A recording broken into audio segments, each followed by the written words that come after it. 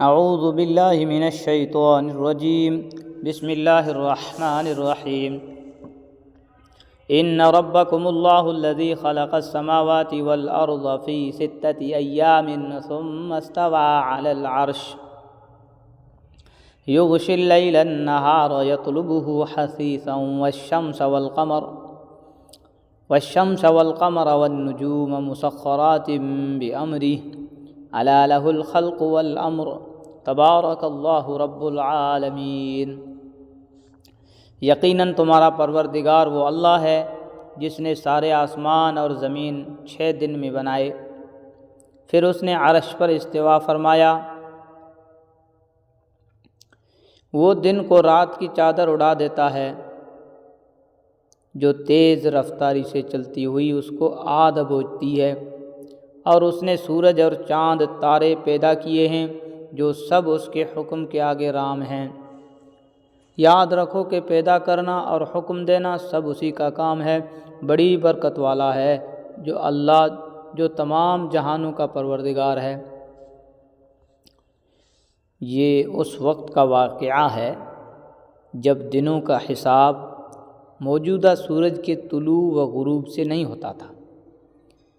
اس وقت کے دن کا شمار بظاہر کسی اور میعاد پر کیا گیا ہے، جس کی حقیقت اللہ تعالیٰ ہی کو معلوم ہے، اور یوں تو اللہ تعالیٰ کو یہ بھی قدرت تھی کہ وہ پلک جھپکنے سے بھی پہلے پوری کائنات وجود میں لے آتا، لیکن اس عمل کے ذریعے انسان کو بھی جلد بازی کے بجائے اطمینان اور وقار کے ساتھ کام کرنے کی ترغیب دی گئی ہے۔ استوا عربی لفظ ہے جس کے معنی ہیں سیدھا کرنا، قائم ہونا، قابو پانا، اور بعض اوقات اس کے معنی بیٹھنے کے بھی ہوتے ہیں۔ اللہ تعالیٰ چونکہ جسم اور مکان سے پاک ہے، اس لیے اس کے یہ معنی سمجھنا صحیح نہیں ہے کہ جس طرح کوئی انسان تخت پر بیٹھتا ہے، اس طرح معاذ اللہ تعالیٰ بھی عرش پر بیٹھے ہیں۔ استوا اللہ تعالیٰ کی ایک صفت ہے، اور جمہور اہل سنت کے نزدیک اس کی ٹھیک کیفیت اللہ تعالیٰ کے سوا کوئی نہیں جانتا، اور اسے متشابہات میں شمار کیا گیا ہے، جن کی کھود کرید میں پڑھنے کو سورہ آل عمران کے شروع میں خود قرآن کریم نے منع فرمایا ہے۔ اتنا ایمان رکھنا کافی ہے کہ اللہ تعالیٰ نے اپنی شان کے مطابق استوا فرمایا، جس کی حقیقت ہماری محدود عقل کے ادراک سے باہر ہے۔ ادعوا ربکم تضرعا وخفیہ انہ لا یحب المعتدین۔ تم اپنے پروردگار کو عاجزی کے ساتھ چپکے پکارو، یقیناً وہ حد سے گزرنے والوں کو پسند نہیں کرتا۔ اس حد سے گزرنے میں یہ بات بھی داخل ہے کہ بہت اونچی آواز سے دعا مانگی جائے، اور یہ بھی کوئی ناجائز یا ناممکن چیز طلب کی جائے جو دعا کے بجائے معاذ اللہ مذاق بن جائے۔ مثلا یہ دعا کہ میں ابھی آسمان پر چڑھ جاؤں۔ کفار بعض اوقات حضرت صلی اللہ علیہ وسلم سے اس قسم کی دعائیں مانگنے کا مطالبہ کرتے تھے۔ وَلَا تُفْسِدُوا فِي الْأَرْضِ بَعْدَ إِصْلَاحِهَا وَادْعُوهُ خَوْفًا وَطَمَعًا إِنَّ رَحْمَتَ اللَّهِ قَرِيبٌ مِّنَ الْمُحْسِنِينَ۔ اور زمین میں اس کی اصلاح کے بعد فساد برپا نہ کرو، اور اس کی عبادت اس طرح کرو کہ دل میں خوف بھی ہو اور امید بھی، یقیناً اللہ کی رحمت نیک لوگوں سے قریب ہے۔ زمین پر اللہ تعالیٰ نے جب انسان کو بھیجا تو شروع میں نافرمانی کا کوئی تصور نہیں تھا، اور اس طرح زمین کی اصلاح ہو چکی تھی۔ جن لوگوں نے بعد میں نافرمانی کے بیج بوئے، انہوں نے زمین کی اصلاح کے بعد اس میں فساد مچایا۔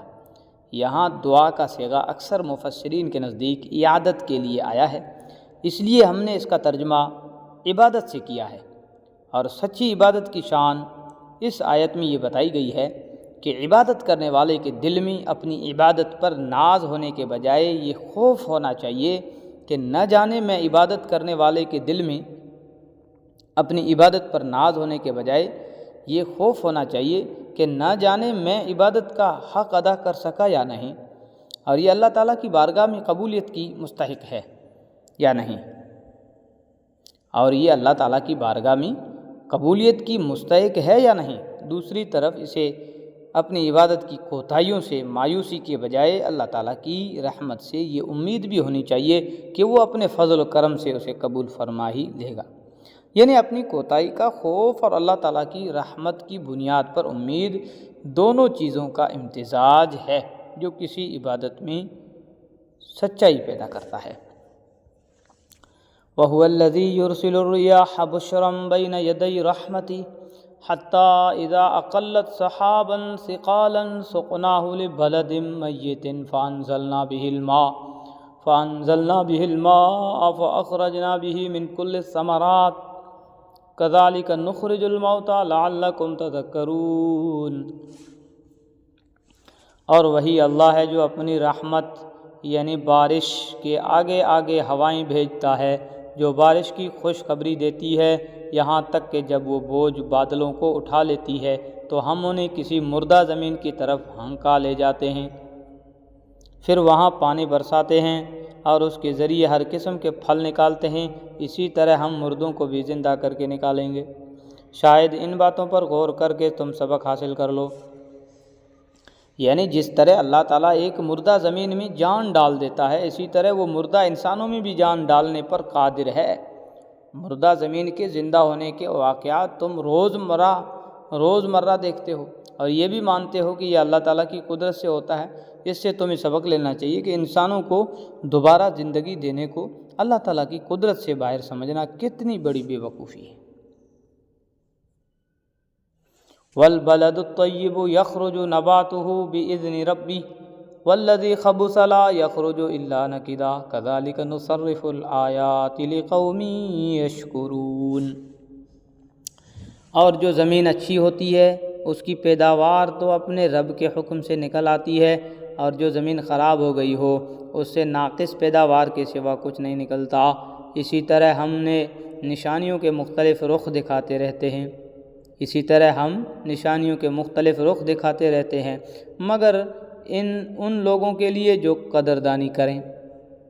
اس میں ایک لطیف اشارہ اس طرف ہے کہ جس طرح اچھی زمین کی پیداوار بھی خوب ہوتی ہے، اسی طرح جن لوگوں کے دل میں طلب کی پاکیزگی ہوتی ہے وہ اللہ تعالیٰ کے کلام سے خوب فائدہ اٹھاتے ہیں، اور جس طرح ایک خراب زمین پر بارش پڑنے کے باوجود اس سے کوئی فائدہ مند پیداوار حاصل نہیں ہوتی، اسی طرح جن لوگوں کے دل ضد اور عناد سے خراب ہو چکے ہیں ان کو اللہ تعالیٰ کے کلام سے بھی کوئی فائدہ نہیں پہنچتا۔ صدق اللہ العظیم۔